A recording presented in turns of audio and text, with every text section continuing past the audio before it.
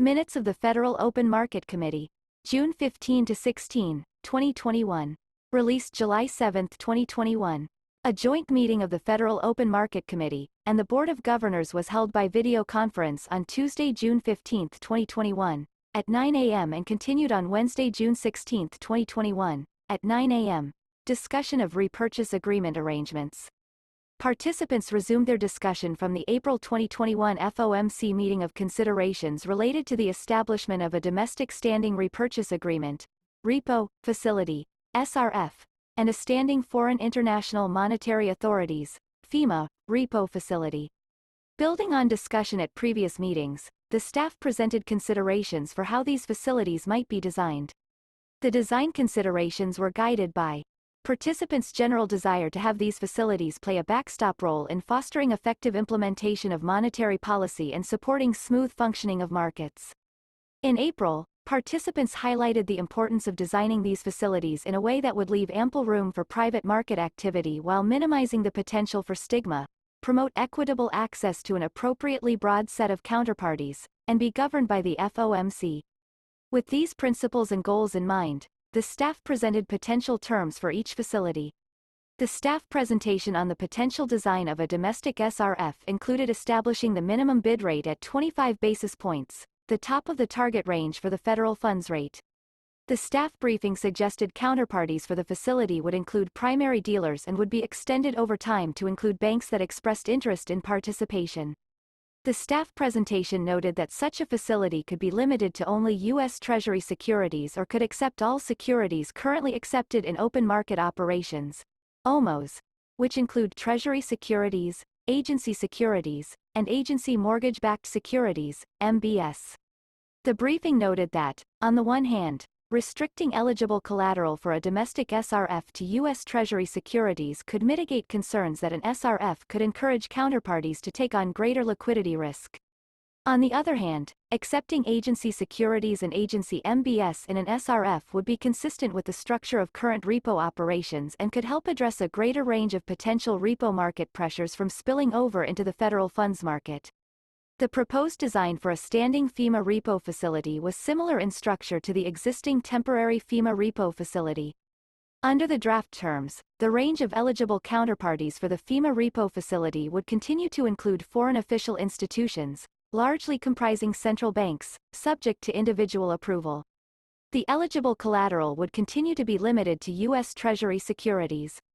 The draft terms envision that the rate for the FIMA repo facility would be set equal to the top of the target range for the federal funds rate, a rate equal to the minimum bid rate in the draft terms for the domestic SRF.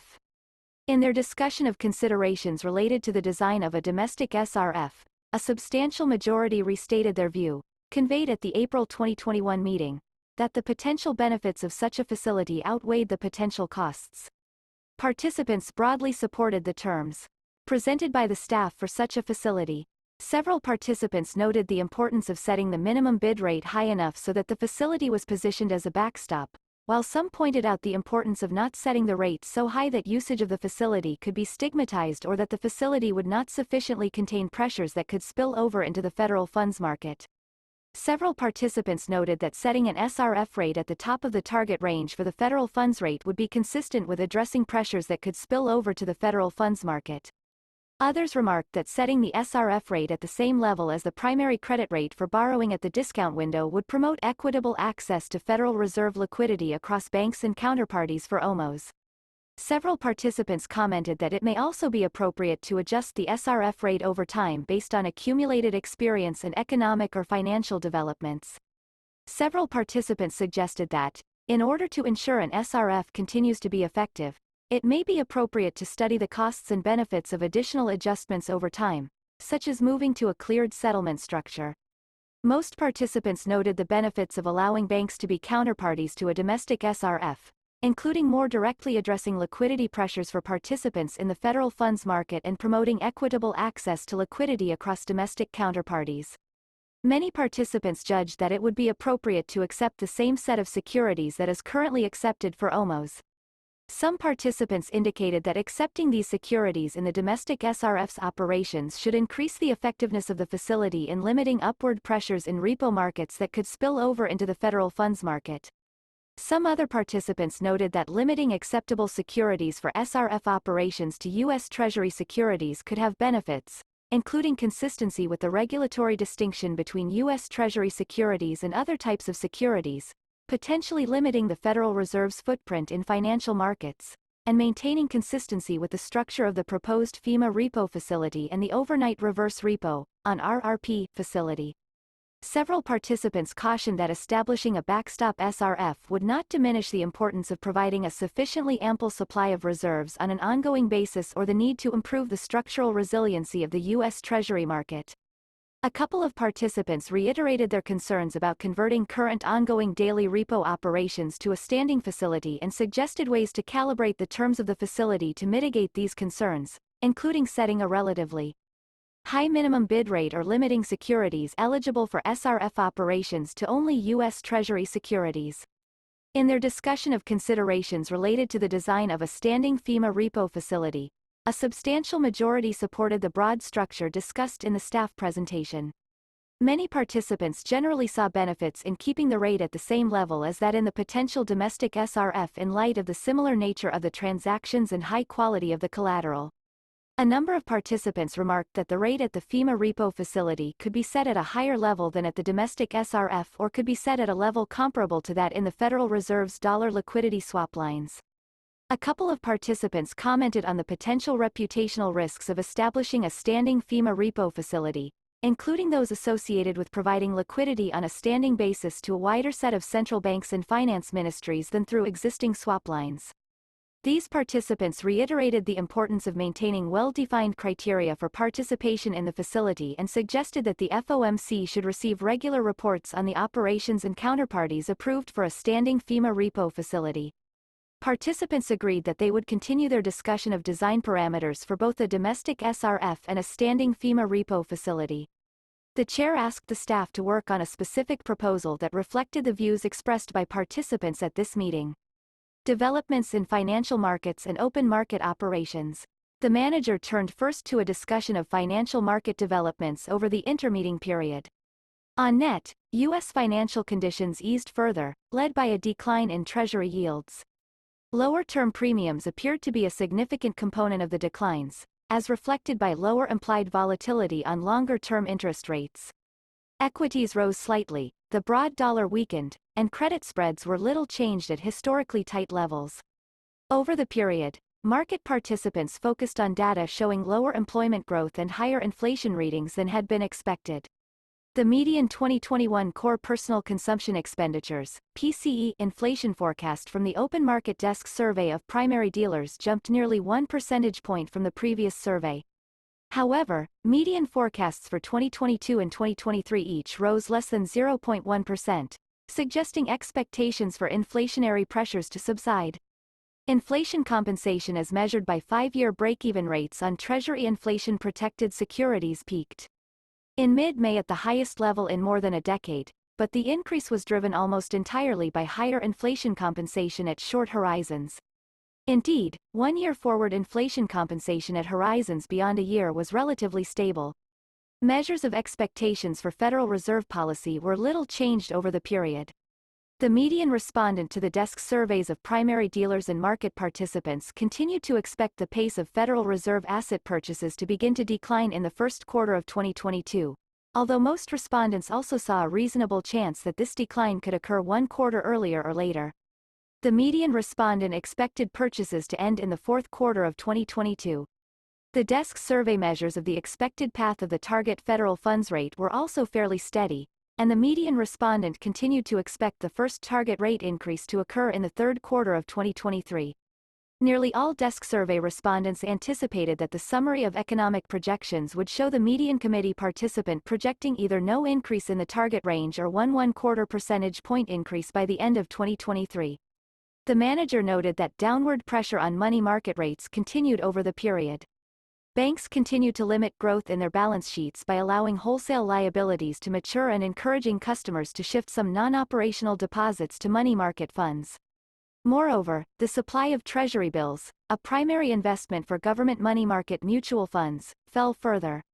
Against this backdrop, the Secured Overnight Financing Rate, SOFR, printed at 1 basis point each day in the intermeeting period, while the effective federal funds rate, EFFR, decreased 1 basis point to 6 basis points.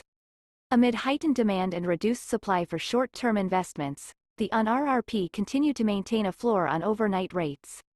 Growth in the ON-RRP and other non-reserve liabilities helped expand the base of Federal Reserve liabilities supporting asset purchases, damping the increase in reserves and easing pressure on bank balance sheets. Over the next intermeeting period, the manager anticipated that further increases in reserves and reductions in bill supply could put additional downward pressure on overnight rates. A modest technical adjustment to administered rates could be warranted to maintain the EFFR well within the target range and support smooth functioning of short-term funding markets. Such an adjustment would be expected to raise the federal funds rate and to lift other overnight rates modestly. Most respondents to the desk surveys expected an administered rate adjustment this summer. The manager noted that balances at the ON-RRP facility would likely continue to grow over coming months. The staff would continue to monitor developments, and the manager noted that, at some point, it could become appropriate to consider raising the counterparty limits for the ON-RRP. The manager provided an update on progress toward winding down a number of emergency facilities established under Section 13(3) of the Federal Reserve Act. While market participants took note of the Federal Reserve Board's announcement on winding down the Secondary Market Corporate Credit Facility, SMCCF, holdings, it elicited little price response. The commencement of exchange-traded fund sales proceeded smoothly. All of the SMCCF assets are expected to be sold by the end of this year. Finally, the manager noted a proposal to request the chair's approval for an extension to the temporary U.S. dollar liquidity swap arrangements to December 31, 2021. The extension would benefit the U.S. economy by helping forestall potential pressures in offshore dollar funding markets that could spill over to U.S. financial conditions while much of the global economy remains on an uncertain recovery path from the pandemic. Should the committee decide to make the FEMA repo facility standing, an extension would also provide sufficient time for those temporary swapline central banks that are not currently enrolled in the FEMA repo facility to do so and to become fully operational. Secretary's note. The chair subsequently provided approval to the desk, following the procedures in the authorization for foreign currency operations, to extend the expiration of the temporary U.S. dollar liquidity swap lines through December 31, 2021. By unanimous vote, the committee ratified the desk's domestic transactions over the intermeeting period. There were no intervention operations in foreign currencies for the systems account during the intermeeting period. Staff review of the economic situation. The information available at the time of the June 15 to 16 meeting suggested that U.S. real gross domestic product, GDP, was expanding in the second quarter at a pace that was faster than in the first quarter of the year. Moreover, labor market conditions had improved further in April and May. Consumer price inflation through April, as measured by the 12-month percentage change in the PCE price index, had picked up notably, largely reflecting transitory factors. Total non-farm payroll employment increased solidly over April and May, though at a slower monthly pace than over February and March. As of May, total payroll employment had retraced two-thirds of the job losses seen at the onset of the pandemic, although employment in the leisure and hospitality sector and in the education sector, including both public and private education, had bounced back by less. Over April and May, the unemployment rate edged down and stood at 5.8% in May. The unemployment rates for African Americans, Asians, and Hispanics also moved down, although the rates for African Americans and Hispanics remained well above the national average. Both the labor force participation rate and the employment-to-population ratio moved up slightly, and both measures had recovered only partially from their lows during the pandemic. Initial claims for regular state unemployment insurance benefits had moved down further since mid-April and were at the lowest levels since the beginning of the pandemic, though they remained high relative to their pre-pandemic level. Weekly estimates of private sector payrolls constructed by Federal Reserve Board staff using data provided by the payroll processor ADP, which were available through May, suggested that the pace of private employment gains had stepped up late in that month. The pace of increases in several measures of labor compensation had moved up in recent months. Average hourly earnings for all employees jumped at a sizable monthly rate in April and May, even though the large job gains in the leisure and hospitality sector, where wages tend to be lower than in other sectors, likely held down the increases in average hourly earnings in these months. A staff measure of the 12-month change in the median wage derived from the ADP data had stepped up significantly in April relative to March. The Employment Cost Index of total hourly compensation in the private sector increased at an annual rate of 4% in the 3 months ending in March, a notably faster pace than over the previous 3 months. Recent 12-month change measures of inflation, using either PCE prices or the Consumer Price Index, CPI, were boosted significantly by the base effects of the drop in prices from the spring of 2020 rolling out of the calculation. In addition, a surge in demand as the economy reopened further, combined with production bottlenecks and supply constraints, contributed to the large recent monthly price increases. Total PCE price inflation was 3.6% over the 12 months ending in April. Core PCE price inflation, which excludes changes in consumer energy prices and many consumer food prices, was 3.1% over the 12 months ending in April. In contrast, the trimmed mean measure of 12-month PCE inflation constructed by the Federal Reserve Bank of Dallas was 1.8% in April. In May, the 12-month change in the CPI was 5%, while core CPI inflation was 3.8% over the same period. In the second quarter, the staff's Common Inflation Expectations Index, which combines information from many indicators of inflation expectations and inflation compensation, had returned to the level that prevailed in 2014, a time when inflation was modest. Real PCE increased substantially in March and then was little changed from that high level in April. The components of the nominal retail sales data that are used to estimate PCE edged down in May, but the sales data for the previous 2 months were revised up markedly, pointing to stronger real PCE growth than had been initially estimated. Combined with reduced social distancing and more widespread vaccinations, key factors that influence consumer spending, including increasing job gains, the upward trend in real disposable income, high levels of household net worth, and low interest rates, pointed to strong real PCE growth over the rest of the year. Housing demand continued to be robust, with construction of single-family homes and home sales remaining well above their pre-pandemic levels and house prices rising appreciably further. The incoming data for this sector indicated that residential investment spending was being temporarily held back in the second quarter by materials shortages and limited stocks of homes for sale. Available indicators suggested that equipment and intangibles investment, particularly in high-tech categories, was increasing solidly in the second quarter. Rising orders for non-defense capital goods excluding aircraft were running well above the increases in shipments of those goods through April, which pointed to additional gains in business equipment spending in coming months.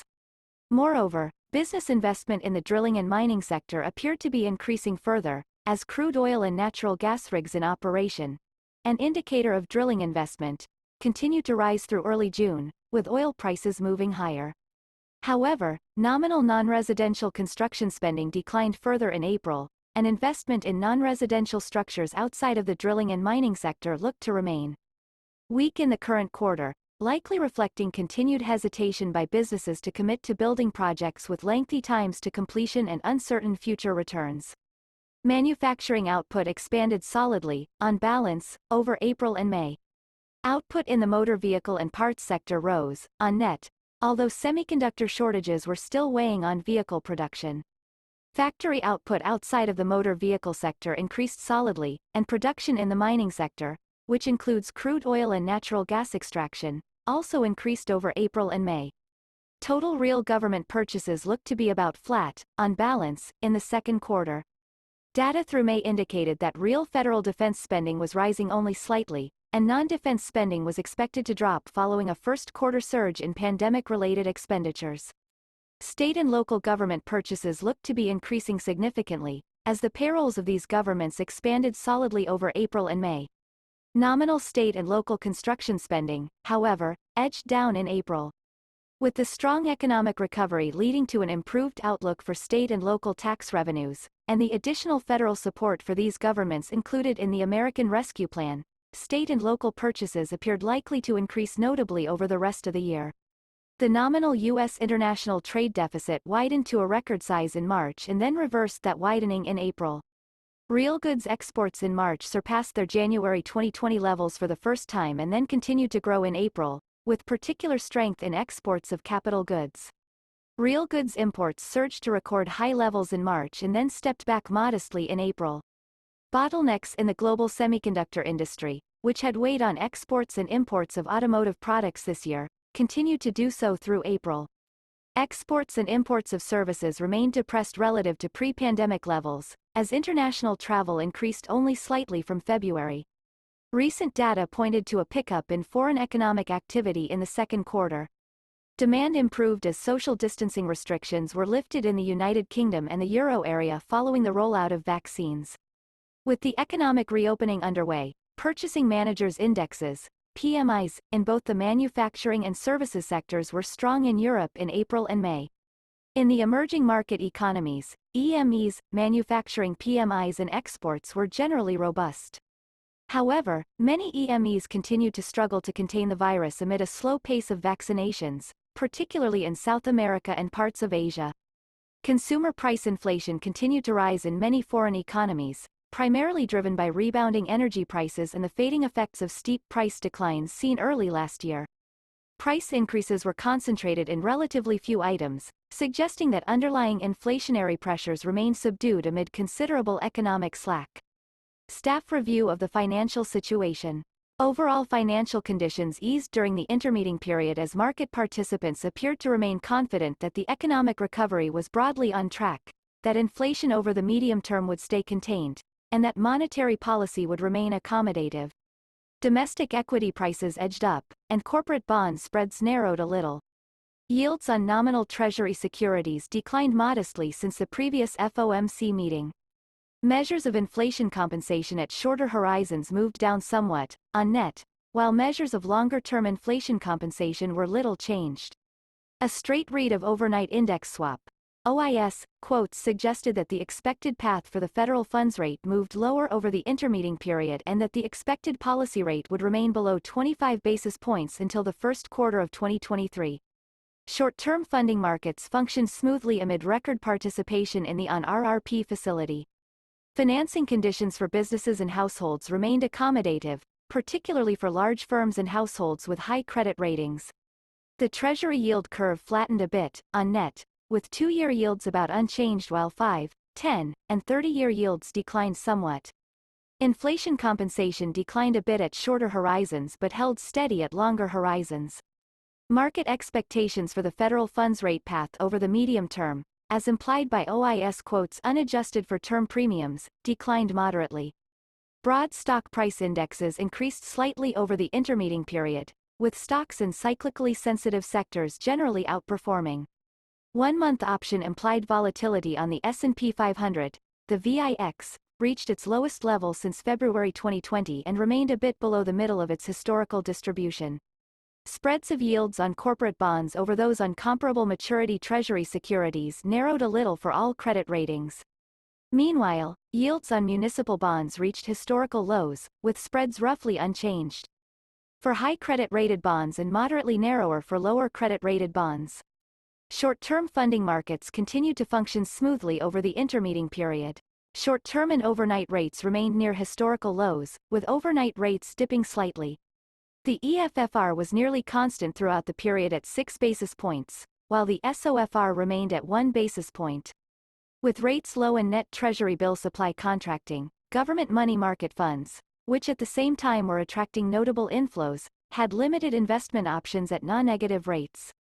As a result, ON-RRP take-up by these funds surged, pushing total ON-RRP participation to record levels in late May and June. International financial market participants were focused on news about inflation and monetary policy communications. In Europe, stronger than expected readings for both inflation and economic activity, as well as increased optimism about vaccinations, contributed to a rise in market-based measures of inflation expectations. On net, European longer-term government bond yields were little changed even as U.S. yields declined, and the broad dollar index decreased modestly. In emerging markets, credit spreads narrowed a bit, and capital flows into EM funds continued at a moderate pace.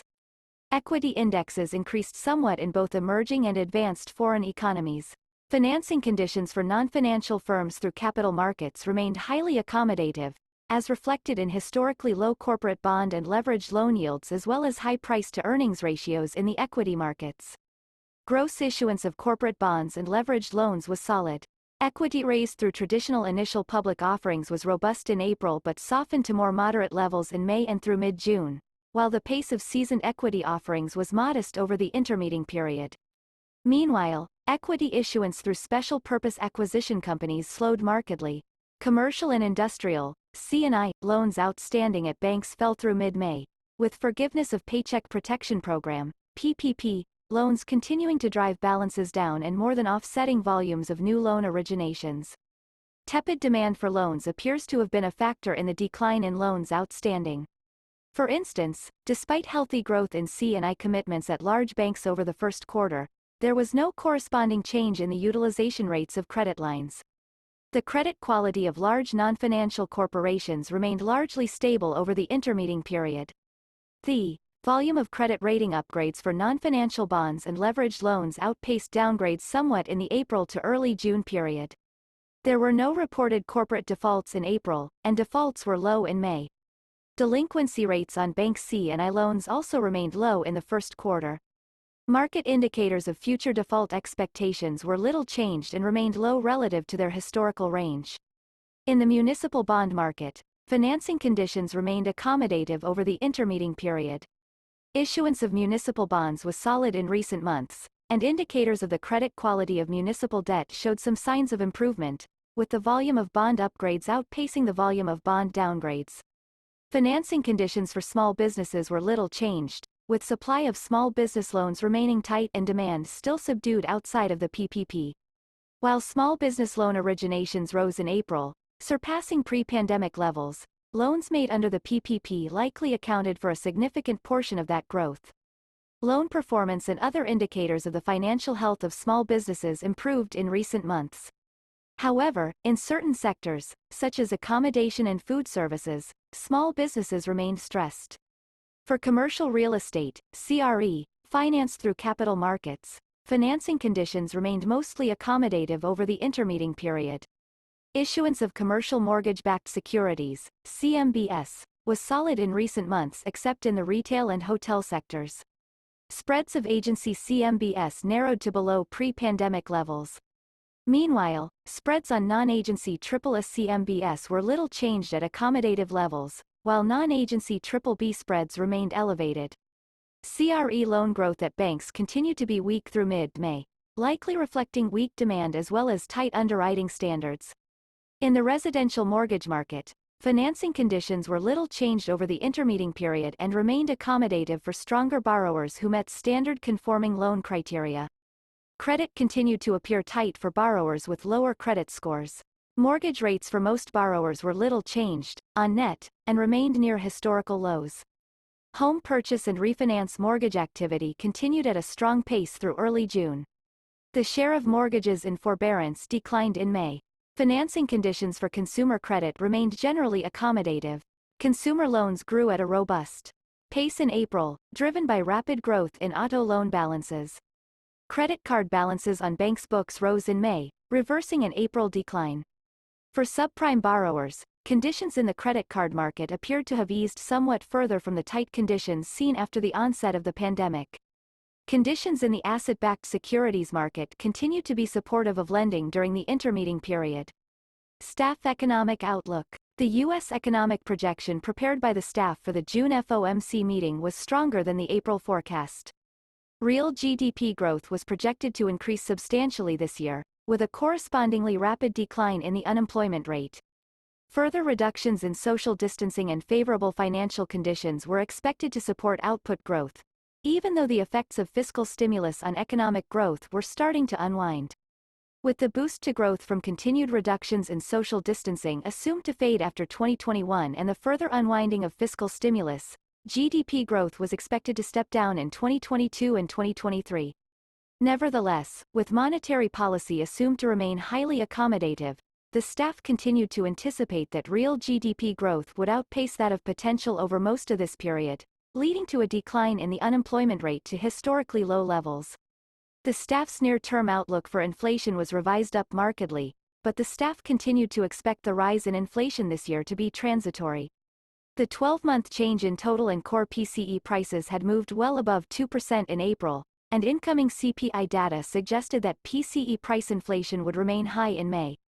The recent 12-month measures of inflation were being boosted significantly by the base effects of the drop in prices from the spring of 2020 rolling out of the calculation. In addition, the surge in demand as the economy reopened further, combined with production bottlenecks and supply constraints, contributed to the large recent monthly price increases. The staff expected the 12-month change in PCE prices to gradually move down in coming months, reflecting, importantly, the fading of base effects along with smaller expected monthly price increases, but PCE price inflation was forecast to still be well above 2% at the end of this year. Over the next year, the transitory price increases caused by bottlenecks and supply constraints were expected to largely reverse, and the growth in demand was forecast to ease. As a result, inflation was projected to slow to slightly below 2% in 2022 before moving back up to a bit above 2% in 2023. Supported by high levels of resource utilization. The staff continued to see the uncertainty surrounding the economic outlook as elevated, although increasingly widespread vaccinations, along with ongoing policy support, were viewed as helping to diminish some of these uncertainties. Nevertheless, the staff judged that the risks around their strong baseline projection for economic activity were still tilted somewhat to the downside, as adverse alternative courses of the pandemic, including the possibility of the spread of more contagious, more vaccine-resistant COVID-19 variants, seemed more likely than outcomes that would be more favorable than in the baseline forecast. The staff continued to view the risks around the inflation projection as roughly balanced. On the upside, bottlenecks, supply disruptions, and historically high rates of resource utilization were seen as potential sources of greater than expected inflationary pressures, particularly if there were a significant rise in inflation expectations that altered inflation dynamics. On the downside, if the effects of supply constraints proved to be transitory, as expected, then the inflation record from the past 25 years suggested the possibility that low underlying trend inflation and a flat Phillips curve could cause inflation to revert to relatively low levels despite a strengthening economy. Participants' views on current economic conditions and the economic outlook. In conjunction with this FOMC meeting, participants submitted their projections of the most likely outcomes for real GDP growth, the unemployment rate, and inflation for each year from 2021 through 2023 and over the longer run, based on their individual assessments of appropriate monetary policy, including the path of the federal funds rate. The longer-run projections represented each participant's assessment of the rate to which each variable would be expected to converge, over time, under appropriate monetary policy and in the absence of further shocks to the economy. A summary of economic projections was released to the public following the conclusion of the meeting. In their discussion of current conditions, participants noted that progress on vaccinations had reduced the spread of COVID-19 in the United States. Amid this progress and strong policy support, indicators of economic activity and employment had strengthened. The sectors most adversely affected by the pandemic remained weak but had shown improvement. Inflation had risen, largely reflecting transitory factors. Overall financial conditions remained accommodative, in part reflecting policy measures to support the economy and the flow of credit to U.S. households and businesses. Participants generally noted that the path of the economy would depend significantly on the course of the virus. Progress on vaccinations would likely continue to reduce the effects of the public health crisis on the economy, but risks to the economic outlook remained. Participants observed that economic activity was expanding at a historically rapid pace, led by robust gains in consumer spending. A vast majority of participants revised up their projections for real GDP growth this year compared with the projections they had submitted in March, citing stronger consumer demand and improvements in vaccination rates as the primary reasons for these upgrades. That said, participants generally saw supply disruptions and labor shortages as constraining the expansion of economic activity this year. Participants' projections of real GDP growth in 2022 and 2023 were generally little changed. In their discussion of the household sector, participants remarked that indicators of consumer spending had continued to surge and expected that further gains in spending would contribute significantly to the economic recovery. Many participants commented that accommodative financial conditions, the release of pent-up demand, progress on widespread vaccination, the ongoing reduction of social distancing measures, and fiscal stimulus were important factors supporting spending. Some participants also noted that consumer spending would likely continue to be bolstered by the ongoing effects from these factors as well as by households' elevated level of accumulated savings and generally healthy balance sheets. A majority of participants observed that housing market activity remained strong. With respect to the business sector, most participants noted that activity in the service industries most adversely affected by the pandemic, such as in the leisure and hospitality sector, was rebounding as the economy reopened. A number of participants noted that business equipment investment was rising at a strong pace, but growth in manufacturing activity was being restrained by production bottlenecks and supply constraints. In addition, participants reported hearing from contacts in a broad range of industries that shortages of materials and labor as well as supply chain challenges were limiting the ability of firms to keep up with demand. Some business contacts indicated that they were responding to input shortages and bottlenecks by canceling shifts, raising compensation to attract and retain workers, raising prices, or focusing on cutting costs and increasing productivity, particularly through automation. Participants commented on the continued improvement in labor market conditions in recent months. Job gains in April and May averaged more than 400,000, and the unemployment rate edged down, on net, to 5.8% over the period. Many participants pointed to the elevated number of job openings and high rates of job switching as further evidence of the improvement in labor market conditions. Many participants remarked, however, that the economy was still far from achieving the committee's broad-based and inclusive maximum unemployment goal, and some participants indicated that recent job gains, while strong, were weaker than they had expected. A number of participants noted that the labor market recovery continued to be uneven across demographic and income groups and across sectors. Participants noted that their district contacts had reported having trouble hiring workers to meet demand, likely reflecting factors such as early retirements, concerns about the virus, childcare responsibilities, and expanded unemployment insurance benefits. Some participants remarked that these factors were making people either less able or less inclined to work in the current environment. Citing recent wage data and reports from business contacts, many participants judged that labor shortages were putting upward pressure on wages or leading employers to provide additional financial incentives to attract and retain workers, particularly in lower wage occupations. Participants expected labor market conditions to continue to improve, with labor shortages expected to ease throughout the summer and into the fall as progress on vaccinations continues, social distancing unwinds further, more schools reopen, and expanded unemployment insurance benefits expire. In their discussions on inflation, participants stated that they had expected inflation to move above 2% in the near term, in part as the drop in prices from early in the pandemic fell out of the calculation and past increases in oil prices passed through to consumer energy prices. However, participants remarked that the actual rise in inflation was larger than anticipated, with the 12-month change in the PCE price index reaching 3.6% in April. Participants attributed the upside surprise to more widespread supply constraints in product and labor markets than they had anticipated and to a larger than expected surge in consumer demand as the economy reopened. They noted that many of their district contacts had reported that higher input costs were putting upward pressure on prices. Most participants observed that the largest contributors to the rise in measured inflation were sectors affected by supply bottlenecks or sectors where price levels were rebounding from levels depressed by the pandemic. Looking ahead, participants generally expected inflation to ease as the effect of these transitory factors dissipated, but several participants remarked that they anticipated that supply chain limitations and input shortages would put upward pressure on prices into next year. Several participants noted that, during the early months of the reopening, uncertainty remained too high to accurately assess how long inflation pressures will be sustained. Some participants commented that recent readings of inflation measures that exclude volatile components, such as trimmed mean measures, had been relatively stable at or just below 2%.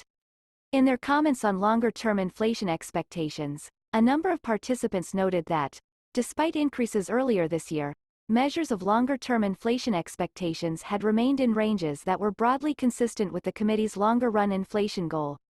Others noted that it was this year's increases that had brought these measures to levels that were broadly consistent with the committee's longer-run inflation goal.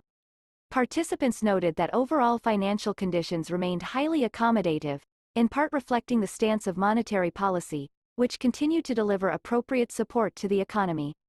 Several participants highlighted, however, that low interest rates were contributing to elevated house prices and that valuation pressures in housing markets might pose financial stability risks. In discussing the uncertainty and risks associated with the economic outlook, participants commented that the process of reopening the economy was unprecedented and likely to be uneven across sectors. Some participants judged that supply chain disruptions and labor shortages complicated the task of assessing progress toward the committee's goals and that the speed at which these factors would dissipate was uncertain. Accordingly, participants judged that uncertainty around their economic projections was elevated. Although they generally saw the risks to the outlook for economic activity as broadly balanced, a substantial majority of participants judged that the risks to their inflation projections were tilted to the upside because of concerns that supply disruptions and labor shortages might linger for longer and might have larger or more persistent effects on prices and wages than they currently assumed. Several participants expressed concern that longer-term inflation expectations might rise to inappropriate levels if elevated inflation readings persisted. Several other participants cautioned that downside risks to inflation remained. Because temporary price pressures might unwind faster than currently anticipated and because the forces that held down inflation and inflation expectations during the previous economic expansion had not gone away or might reinforce the effect of the unwinding of temporary price pressures. In their consideration of the stance of monetary policy, participants reaffirmed the Federal Reserve's commitment to using its full range of tools to support the U.S. economy during this challenging time, thereby promoting the committee's statutory goals of maximum employment and price stability. Participants generally agreed that the economic recovery was incomplete and that risks to the economic outlook remained. Although inflation had risen more than anticipated, the increase was seen as largely reflecting temporary factors, and participants expected inflation to decline toward the committee's 2% longer-run objective. Participants judged that the current stance of monetary policy and policy guidance remained appropriate to promote maximum employment as well as to achieve inflation that averages 2% over time and longer-term inflation expectations that are well anchored at 2%. Participants also reiterated that the existing outcome-based guidance implied that the paths of the federal funds rate and the balance sheet would depend on actual progress toward reaching the committee's maximum employment and inflation goals. In light of the incoming data and the implications for their economic outlooks, a few participants mentioned that they expected the economic conditions set out in the committee's forward guidance for the federal funds rate to be met somewhat earlier than they had projected in March. Several participants emphasized, however, that uncertainty around the economic outlook was elevated and that it was too early to draw firm conclusions about the paths of the labor market and inflation. In their view, this heightened uncertainty regarding the evolution of the economy also implied significant uncertainty about the appropriate path of the federal funds rate. Some participants noted that communications about the appropriate path of policy would be a focus of market participants in the current environment and commented that it would be important to emphasize that the committee's reaction function or commitment to its monetary policy framework had not changed. Participants discussed the Federal Reserve's asset purchases and progress toward the committee's goals since last December when the committee adopted its guidance for asset purchases. The committee's standard of substantial further progress was generally seen as not having yet been met, though participants expected progress to continue. Various participants mentioned that they expected the conditions for beginning to reduce the pace of asset purchases to be met somewhat earlier than they had anticipated at previous meetings in light of incoming data. Some participants saw the incoming data as providing a less clear signal about the underlying economic momentum and judged that the committee would have information in coming months to make a better assessment of the path of the labor market and inflation. As a result, several of these participants emphasized that the committee should be patient in assessing progress toward its goals and in announcing changes to its plans for asset purchases. Participants generally judged that, as a matter of prudent planning, it was important to be well positioned to reduce the pace of asset purchases, if appropriate, in response to unexpected economic developments, including faster than anticipated progress toward the committee's goals or the emergence of risks that could impede the attainment of the committee's goals. Various participants offered their views on the committee's agency MBS purchases. Several participants saw benefits to reducing the pace of these purchases more quickly or earlier than Treasury purchases in light of valuation pressures in housing markets. Several other participants, however, commented that reducing the pace of Treasury and MBS purchases commensurately was preferable because this approach would be well aligned with the committee's previous communications or because purchases of Treasury securities and MBS both provide accommodation through their influence on broader financial conditions. In coming meetings, participants agreed to continue assessing the economy's progress toward the committee's goals and to begin to discuss their plans for adjusting the path and composition of asset purchases. In addition, participants reiterated their intention to provide notice well in advance of an announcement to reduce the pace of purchases. With regard to the implementation of monetary policy, participants had observed downward pressure on money market rates over the intermeeting period and viewed the possibility of further downward pressure on these rates in the near term as likely. Consequently, they noted that an adjustment to the Federal Reserve's administered rates would help keep the federal funds rate well within the target range and support smooth market functioning of short-term funding markets. Participants agreed that this technical adjustment had no bearing on the appropriate path for the federal funds rate or the stance of monetary policy. Committee policy action. In their discussion of monetary policy for this meeting, members agreed that progress on vaccinations had reduced the spread of COVID-19 in the United States. They noted that amid progress and strong policy support, indicators of economic activity and employment had strengthened. Although the sectors most adversely affected by the pandemic remained weak, they had shown improvement. Inflation had risen, largely reflecting transitory factors. Overall financial conditions remained accommodative, in part reflecting policy measures to support the economy and the flow of credit to U.S. households and businesses. Members also agreed that the path of the economy would depend significantly on the course of the virus.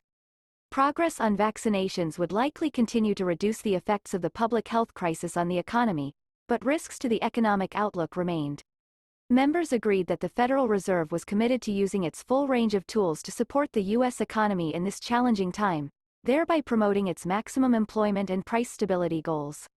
All members reaffirmed that, in accordance with the committee's goals to achieve maximum employment and inflation at the rate of 2% over the longer run and with inflation having run persistently below this longer run goal, they would aim to achieve inflation moderately above 2% for some time so that inflation averages 2% over time and longer-term inflation expectations remain well anchored at 2%.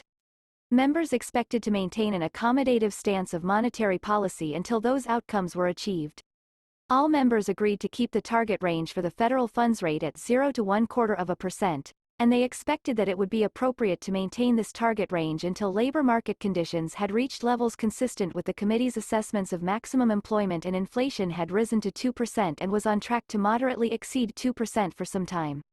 In addition, members agreed that it would be appropriate for the Federal Reserve to continue to increase its holdings of Treasury securities by at least $80 billion per month and agency MBS by at least $40 billion per month until substantial further progress had been made toward the committee's maximum employment and price stability goals.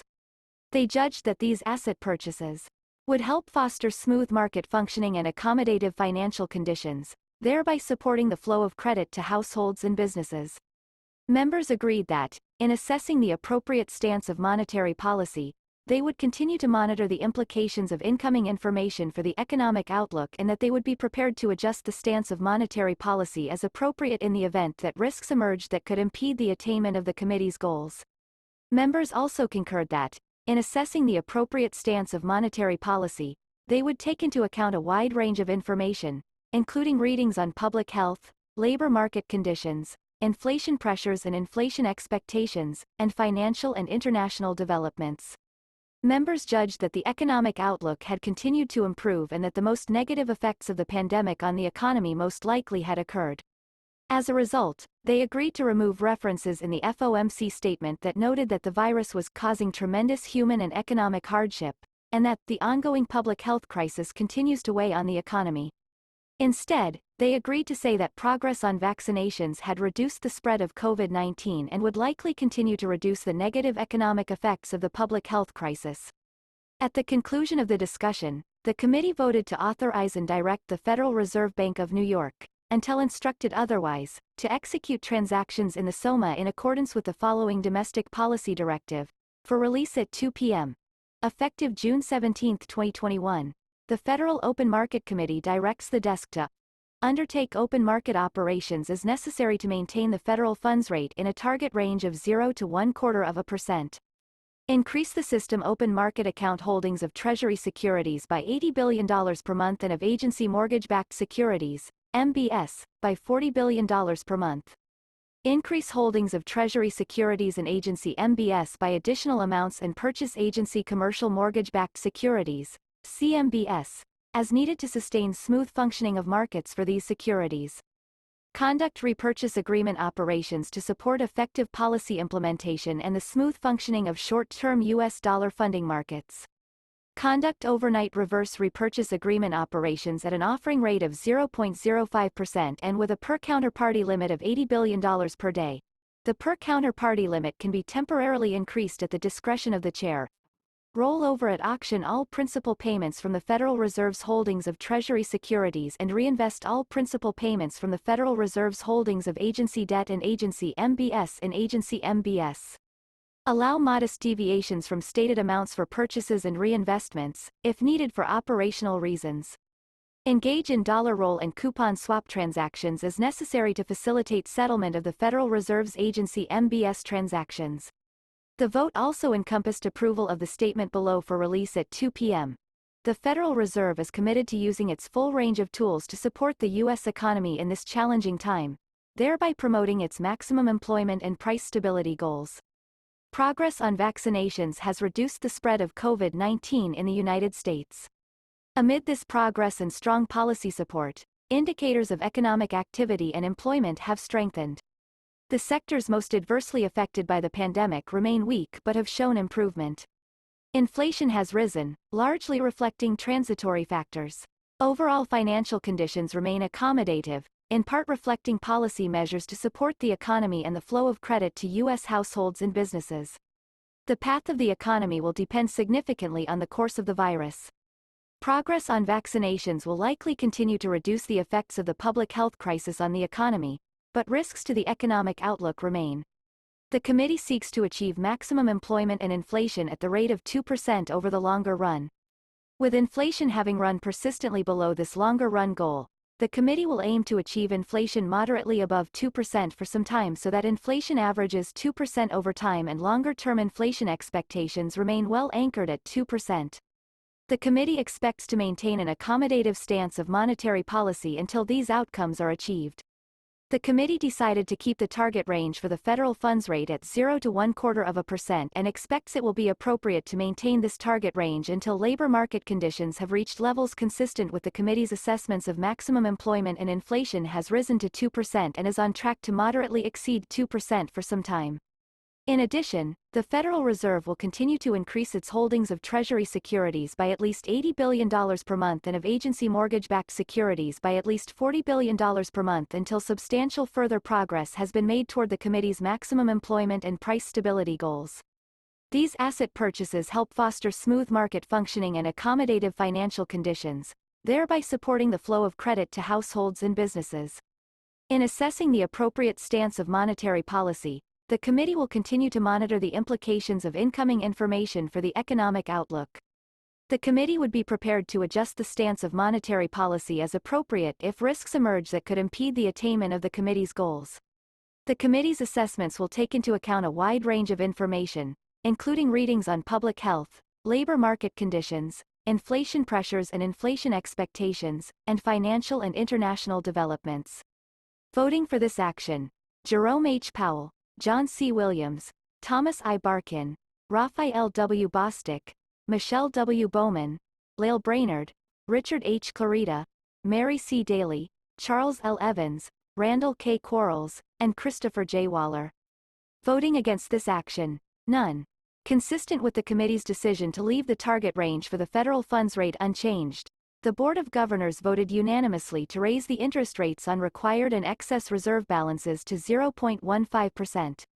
Setting the interest rate paid on required and excess reserve balances 15 basis points above the bottom of the target range for the federal funds rate is intended to foster trading in the federal funds market at rates well within the Federal Open Market Committee's target range and to support the smooth functioning of short-term funding markets. The Board of Governors also voted unanimously to approve establishment of the primary credit rate at the existing level of 0.25%, effective June 17, 2021. It was agreed that the next meeting of the committee would be held on Tuesday to Wednesday, July 27 to 28, 2021. The meeting adjourned at 10:40 a.m. on June 16, 2021. Notation vote by notation vote completed on May 18, 2021. The committee unanimously approved the minutes of the committee meeting held on April 27 to 28, 2021. James A. Klaus, Secretary.